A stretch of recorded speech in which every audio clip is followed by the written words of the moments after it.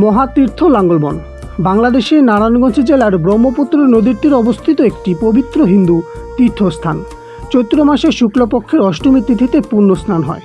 এই সময় বাংলাদেশে প্রত্যেকটি জেলা থেকে লক্ষাধিক সনাতন ধর্মাবলম্বী পাপ মুক্তির আশায় পবিত্র ব্রহ্মপুত্রের জলে নির্দিষ্ট তিথিতে স্নান করেন। পবিত্র জলে স্নানের উদ্দেশ্যে উপমহাদেশের বিভিন্ন স্থান হতে এই তীর্থস্থানে লক্ষ লক্ষ সনাতন ধর্মাবলম্বী পুণ্যার্থীরা পুণ্য স্নানের উদ্দেশ্যে আসেন। এই তীর্থস্থানকে কেন্দ্র করে এই এলাকায় বেশ কয়েকটি মন্দির গড়ে উঠেছে, যাদের মধ্যে রাজঘাট, গান্ধীঘাট, শ্মশানঘাট, প্রেমতলা, ইস্কন মন্দির, ব্রহ্ম মন্দির, কালীবাড়ি মন্দির অন্যতম।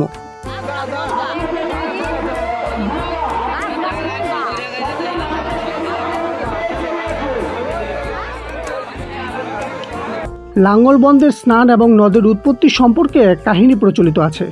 হিন্দু পুরাণ মতে ক্রেতা যুগের সূচনাকালে মগধ রাজ্যের ভাগীরথীর উপনদীর কৌশিকীর তীর ঘেঁষে এক সমৃদ্ধ নগরী ছিল, যার নাম ছিল ভোজকোট।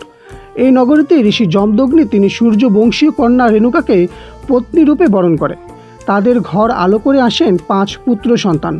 5 পুত্র সন্তানের মধ্যে প্রথম সন্তানের নাম ঋজন্ত, দ্বিতীয় সন্তানের নাম সুসেন, তৃতীয় সন্তানের নাম বসু, চতুর্থ সন্তানের নাম বিশ্বাসুর, আর ভগবান বিষ্ণুরূপে পরশুরাম ছিলেন সবার ছোট।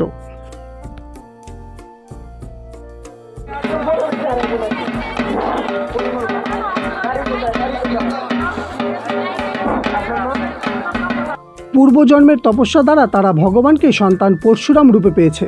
এই পরশুরামই নিয়ে আসেন ব্রহ্মকুণ্ড থেকে ব্রহ্মপুত্র নদ। পরশুরামের জন্মকালে বিশ্বজুড়ে চলছিল মহাসংকট। একদিন পরশুরামের মা রেণুকা দেবী জল আনতে গঙ্গার তীরে যান। সেখানে পদ্মমালী নামক গন্ধবরাজ স্ত্রীসহ জলবিহার করছিলেন।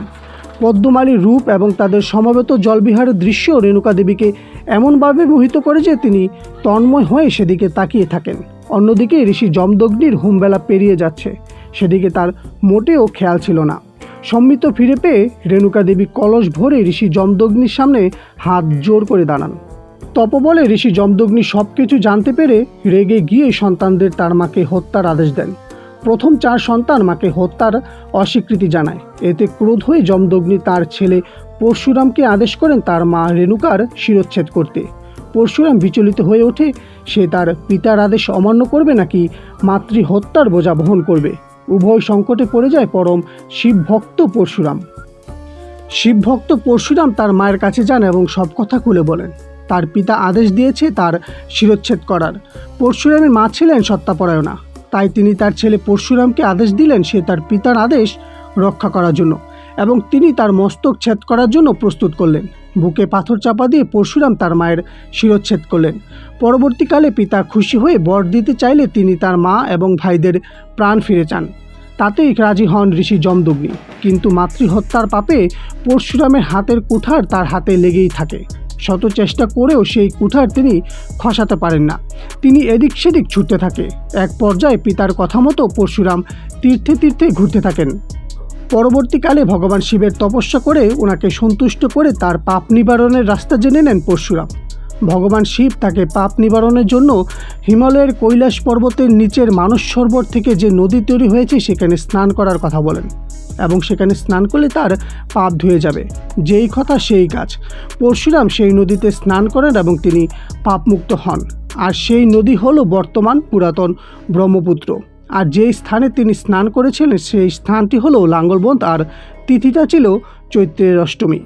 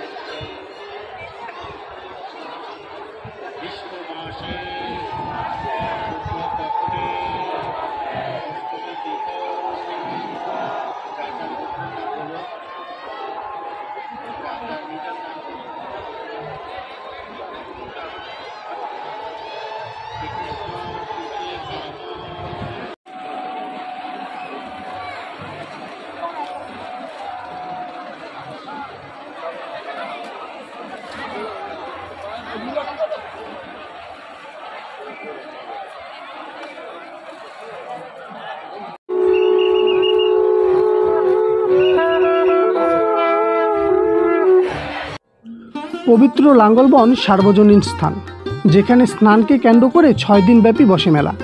যে মেলায় লক্ষাধিক ভক্ত ও সাধারণ দর্শনার্থীদের মিলন মেলা ঘটে। অনাকাঙ্ক্ষিত ঘটনা যেন না ঘটে সেই জন্য বিভিন্ন রাজনৈতিক দল ও স্থানীয় বিভিন্ন ধর্মের মানুষ বিভিন্নভাবে সাহায্য সহযোগিতা করেন এবং সরকারের পক্ষ থেকে কয়েক হাজার পুলিশ, র্যাব, সেনাবাহিনী, ফায়ার সার্ভিস ও আনসার সদস্যরা নিযুক্ত থাকেন।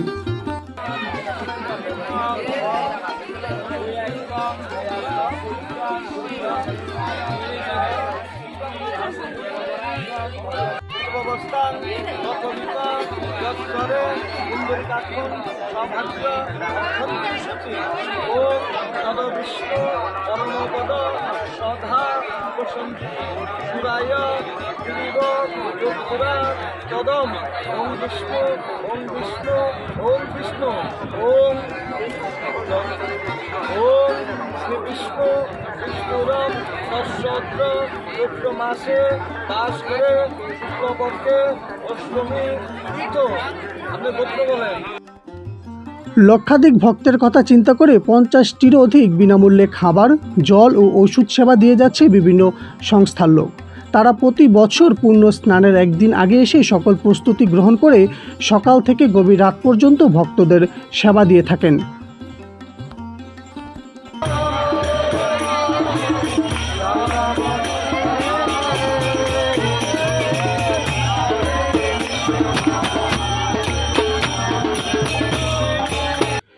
সব কিছু ভালোর মধ্যে কিছু খারাপ দিক থাকে। ভক্তদের দুর্ভোগের অন্যতম কারণ হচ্ছে পকেটমারের যন্ত্রণা। লক্ষাধিক ভক্তের মধ্যে অসংখ্য পকেটমার রয়েছে, যারা ভক্ত ও সাধারণ দর্শনার্থীদের যন্ত্রণার অন্যতম কারণ। আরও রয়েছে হিজড়া ও বাইদানিদের যন্ত্রণা, যারা ভক্ত দর্শনার্থীদের জড়িয়ে জোর করে অর্থ নিয়ে থাকে। ভোগান্তির অন্যতম আরেকটি দিক হচ্ছে পরিবহন ভাড়া। কাশপুর থেকে লাঙ্গলবন্দের ভাড়া জনপ্রতি 15 টাকা, সিএনজিতে 20 টাকা, কিন্তু লাঙ্গলবন্দের পূর্ণ স্নানের দিন বাস ভাড়া হয়ে যায় 50 টাকা আর সিএনজি ভাড়া হয়ে যায় 100 টাকা, যা রীতিমতো অন্যায়, অবিচার।